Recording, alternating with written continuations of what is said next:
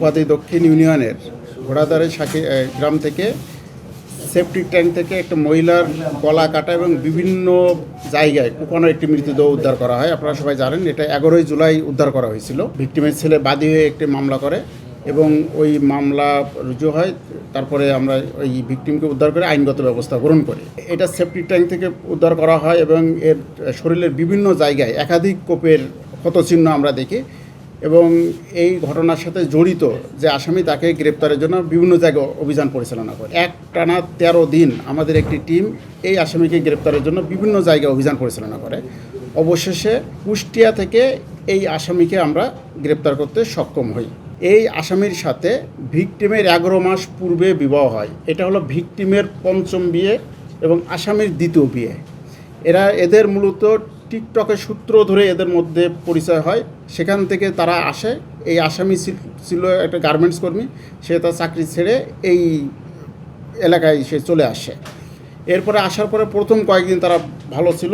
এরপরে বিভিন্ন বিষয় নিয়ে ভিকটিমের সাথে তার দ্বন্দ্ব হয়, পারিবারিক কলহ সৃষ্টি হয়। এক পর্যায়ে তাদের মধ্যে এটা চরম আকার ধারণ করে। ভিকটিমের সাথে তাদের অনেক পারিবারিক বিষয় নিয়ে ঝামেলা হয়।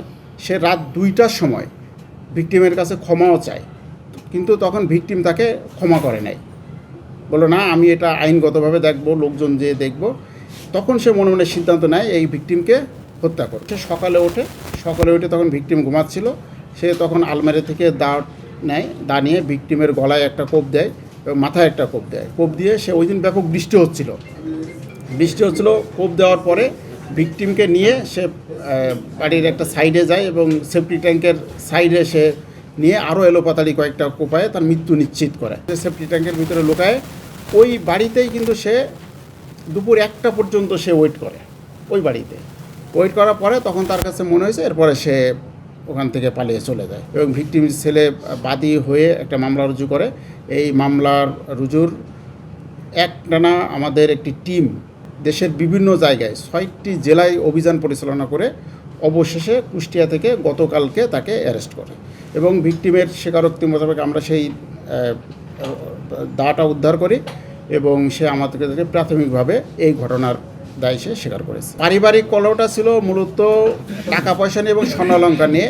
একবার সে ভিকটিমের 11 ভরি ওজনের 2টা গহনা নিয়ে সে চলে যায় এবং ভিকটিমের 36,000 টাকা নিয়ে সে চলে যায়। এইটা নিয়ে তাদের মধ্যে পারিবারিক কলহ হয়। তো সে 36,000 টাকাটা সে খরচ করে, কিন্তু ওই ভিকটিমের যে 11 ভরি ওজনের যে স্বর্ণ এটা আবার সে ব্যাক করে 36,000 টাকা এবং বলে যে আমার দেনমোহরের টাকা দিতে হবে। এরকম দেনমোহরের টাকা 2.5 লক্ষ টাকা নিয়ে তাদের মধ্যে ওই কলহটা সৃষ্টি হয়।